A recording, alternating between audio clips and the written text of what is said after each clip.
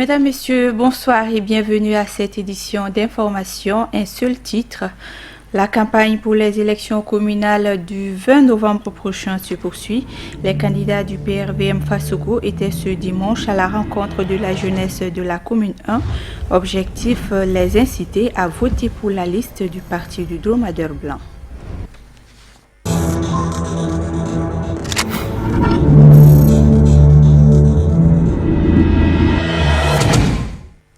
Le PRVM Fassoko affûte ses armes pour les élections communales du 20 novembre prochain. Les candidats du parti du Dromadaire Blanc ont mobilisé la jeunesse en vue de la conquête de la mairie de la commune 1. C'était ce dimanche à la faveur d'une caravane. Reportage Amadou Kamara et Baba Keita. Le parti du Dromadaire Blanc, créé en mars 2013, est représenté dans toutes les régions du Mali. C'est à travers cette gigantesque caravane que la jeunesse de la commune 1 s'est mobilisée pour soutenir les porte-étendards du parti PRVM Fassoko dans la conquête de la mairie de la commune 1 du district de Bamako. L'objectif de cette caravane, c'est de montrer aux populations de la commune qu'aujourd'hui le PRVM Fassoko est candidat. On est pour les élections à venir.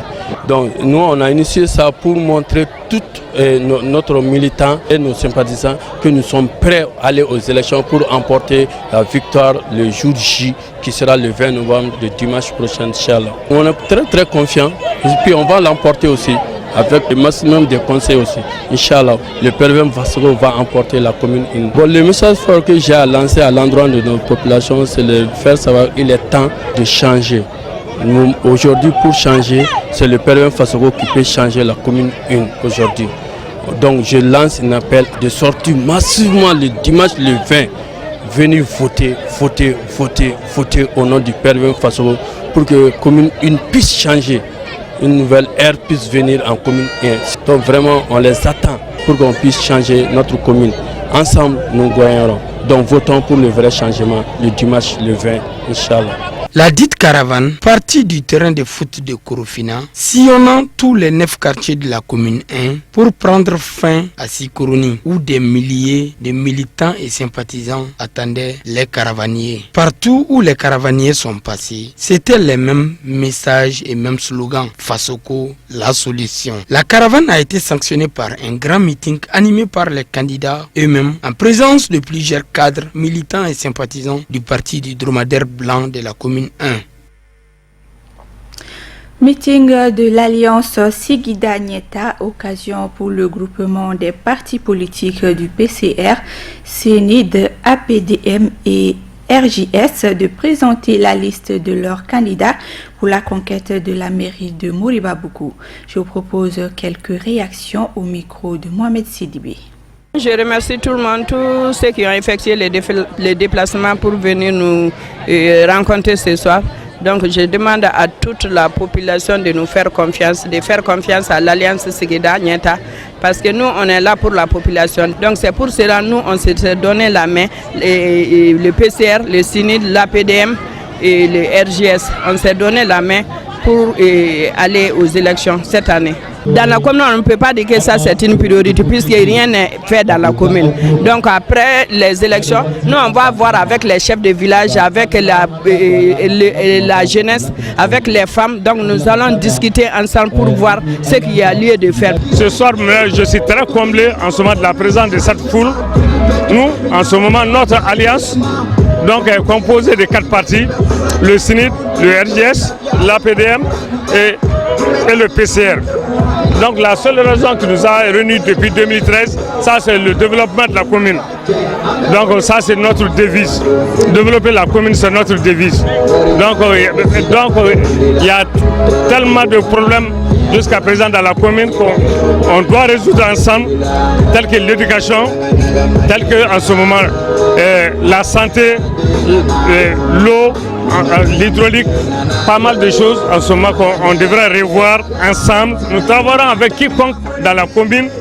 Donc vraiment ce soir je suis très comblé de la présence de cette foule pour nous soutenir. Je demande à cette même foule le 20 de sortir pour aller voter pour l'Alliance pour qu'on puisse avoir la mairie. Vous savez, je suis venu parce que je suis venu pour demander à toute la population de Moriba Bougou de voter pour cette liste, que Yorobo, une dame, honnêtement, qui a beaucoup fait pour cette commune, une dame qui s'est donnée, c'est pas seulement aujourd'hui, son passé plaide pour elle. C'est une personnalité reconnue au-delà même de la commune de Moriba Bougou. C'est pour cela, si elle s'engage comme ça, sur une liste, moi, président du parti PCR, les libéraux, j'ai décidé de venir parce que nous sommes en alliance ici avec le jeune Tapili, avec tous les autres candidats. Je suis venu donc pour les soutenir et demander à toute la population de voter pour cette liste que Yorobo aujourd'hui dirige.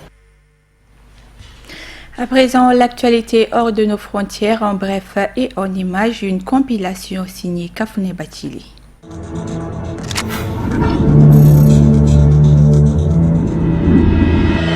Le Congrès national africain s'apprête à tourner la page Jacob Zuma dès décembre 2017. Le secrétaire général du parti a indiqué que 6 candidats s'étaient déjà manifestés pour briguer la présidentielle nationale de la formation politique. S'il n'a pas dévoilé les identités des protagonistes, il affirme que le président sortant ne figure pas parmi ces personnalités. Selon lui, l'absence du président Zuma de la compétition n'est pas du domaine de la règle non écrite. Il s'agit bien et belle d'une réalité puisqu'en tout état de cause, le président national de l'ANC est le candidat du parti pour la présidentielle. Pourtant, Jacob Zuma consomme son second mandat à la tête du pays et conformément à la Constitution, il ne peut plus se présenter à sa propre succession. L'ouverture des candidatures pour la primaire intervient alors que Jacob Zuma fait face à une fronde parmi ses partisans à la fois sur le front politique et sur le front des affaires.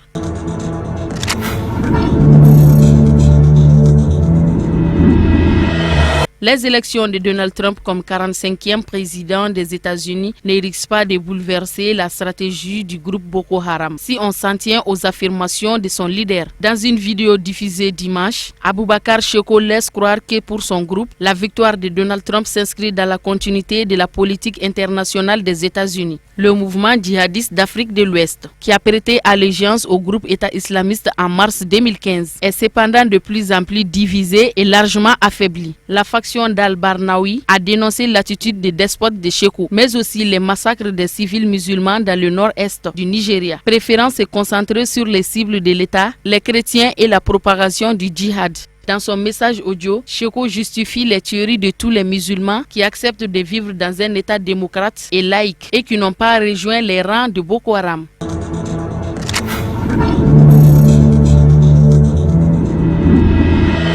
En Côte d'Ivoire, c'est cette semaine que les prétendants aux 255 sièges de députés doivent déposer leur dossier de candidature auprès de la commission électorale indépendante. Ils ont jusqu'au jeudi 17 novembre pour le faire. Et cette fois-ci, l'hémicycle qui sera issu des législatives du 18 décembre devrait compter les députés de l'opposition. Une partie du FPI, qui avait boycotté les législatives de 2011, a décidé d'être dans la course au mandat de député dans au moins 210 circonscriptions sur les 250 qui compte les pays. Le Front populaire ivoirien de Pascal Affi-N'Guessa présentera un prétendant au poste de député.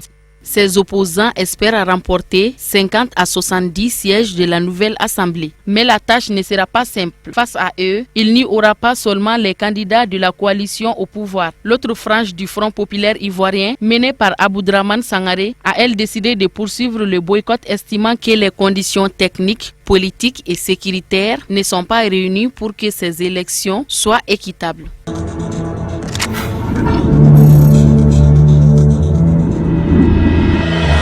Des centaines de maires du monde entier se sont réunis ce lundi 14 à Marrakech, où se poursuit la COP22 jusqu'à vendredi. Ces élus sont venus échanger leurs idées et réfléchir à des solutions pour mettre en pratique les engagements pris à Paris pour lutter contre le réchauffement climatique. Ce sommet est un temps fort de cette conférence climat, car les villes sont responsables de 70% des émissions de gaz à effet de serre. Et l'Afrique ne fait pas exception. Pire encore, au rythme où va la croissance urbaine, les villes africaines pourrait devenir une des principales sources d'émissions de gaz à effet de serre dans le monde. C'est un véritable casse-tête auquel sont confrontés les maires des principales villes d'Afrique.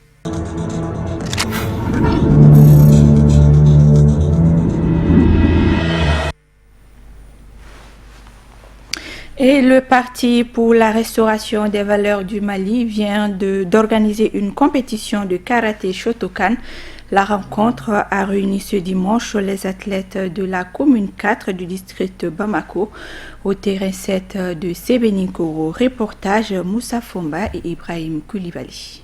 Le Parti pour la restauration des valeurs du Mali, PRVM Fasoko, à l'assaut de la mairie de la commune 4 du district de Bamako pour les communales du 20 novembre. L'organisation de cette compétition de karaté Shotokan à l'intention des athlètes de la discipline témoigne de la volonté du parti de mettre un accent particulier sur l'épanouissement de la jeunesse de la commune 4 à travers la pratique du sport. PRVM Fasoko nous a sollicité, sinon nous a demandé d'animer ça à leur honneur.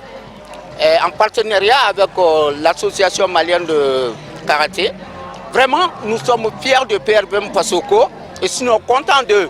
Nous sommes des jeunes, sinon 8 clubs réunis, ils nous ont fait un cadeau en parrainant cette coupe à notre intention. Donc nous nous disons que merci à PRVM Fasoko et bon vent à PRVM Fasoko. Souhaitons et demandons à tous nos pratiquants de voter PRVM Fasoko au niveau de la commune 4.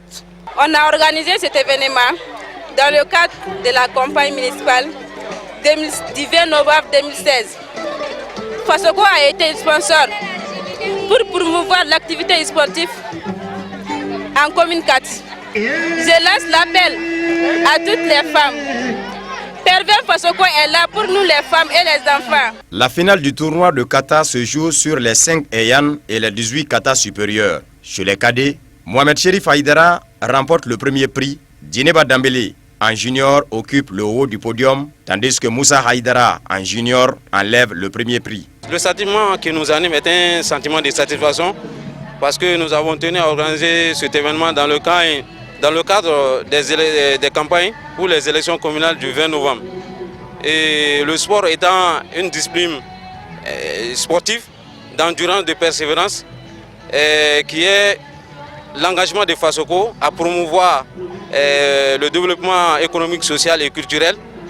C'est cet engagement qui nous anime. Je lance un appel solennel à tous les militants de PRVM Fasoko de sortir massivement le 20 novembre pour voter PRVM Fasoko, car le souci qui nous anime est de développer la commune 4 qui rencontre aujourd'hui beaucoup de difficultés tant sur le plan sanitaire, économique et divers.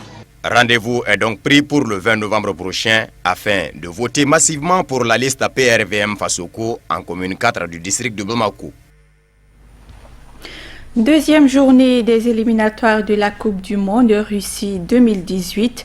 Les Aigles du Mali et les Panthères du Gabon se sont neutralisés par un score de 0 but partout. C'était ce samedi au stade du 26 mars de Yirimajo. Reportage Issouf Koulibaly et Ibrahim Koulibaly. Battus par les éléphants de la Côte d'Ivoire par un score de 3 buts à 1 au stade de la paix de Bouaké, les Aigles du Mali vêtus en blanc n'ont pas pu refaire leur retard face aux Panthères du Gabon vêtus en jaune. Pays hôte de la CAN 2017, Pierre-Emerick Aubameyang et ses camarades sèment le doute dans la défense malienne en se créant des occasions de but. À la 25e minute, le meilleur buteur du championnat allemand passe de justesse à côté de l'ouverture du score. La réponse malienne ne se fera pas attendre. À la 27e minute, le portier gabonais Didier Ovono fait une parade afin d'esquiver la frappe de Moussa Doumia qui prenait le chemin des filets.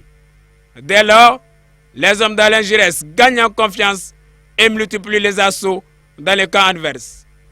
À 5 minutes de la fin de la première période, l'attaquant de Rostov, Moussa Doumia, se déjoue de la défense gabonaise et bute une seconde fois sur l'expérimenté Didier Ovono. Poussés par son public, les Aigles s'illustrent individuellement et collectivement sans obtenir gain de cause. 0-0, c'est le score à la mi-temps.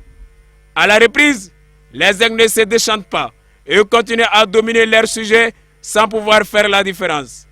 À la 47e minute, Modibo Maïga et ses camarades mettent la défense gabonaise en dérive suite à une séquence du jeu collectif rondement orchestrée qui finira sa course au-dessus de la barre traversale.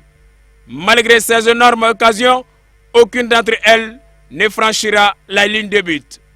0-0, c'est le score final entre Maliens et Gabonais. Avec 2 points, on est toujours en course. C'était pas facile, mais on est venu avec beaucoup de jeunes. C'est une jeune équipe, vous avez vu, elle a eu du mal contre les Aigles, mais voilà, nous on est content de ce point. L'essentiel, c'est que l'équipe a repris confiance et reprend confiance et maintenant il faut enchaîner. Non, c'est qu'on doit on n'a pas assez mis de rythme. Frustré d'avoir fait ce match nul, mais rien n'est perdu, il reste encore 4 matchs, on va continuer à travailler. On s'est bien battu, on a fait ce qu'on devait faire, on a eu des ogages, on n'a pas pu concrétiser. On a essayé de donner, on a tout donné pour pouvoir gagner chez nous, pour pouvoir être dans le top, mais malheureusement ça n'a pas été comme on voulait. Bien sûr, pourquoi pas, c'est toujours possible, il y a un aller-retour. Pourquoi pas, s'ils sont venus faire 0-0, on peut aller les gagner là-bas, c'est le foot, tout est possible. Notre objectif à nous, c'est la qualification. Le peuple malien a besoin de ça depuis tant d'années. Inch'Allah, on va leur donner ça. Après 2 journées de la compétition, les éléphants de la Côte d'Ivoire tenus en échec à Casablanca par un score de 0 but partout mènent la danse avec 4 points devant les Gabon et le Maroc qui comptabilisent chacun 2 points et les Aigles ferment la marche avec une seule unité. La 3e journée opposera les Aigles du Mali au Lion d'Atlas du Maroc le 28 août 2017 à Casablanca. Voilà, fin de cette édition. Merci de votre fidélité. Excellente suite de programme.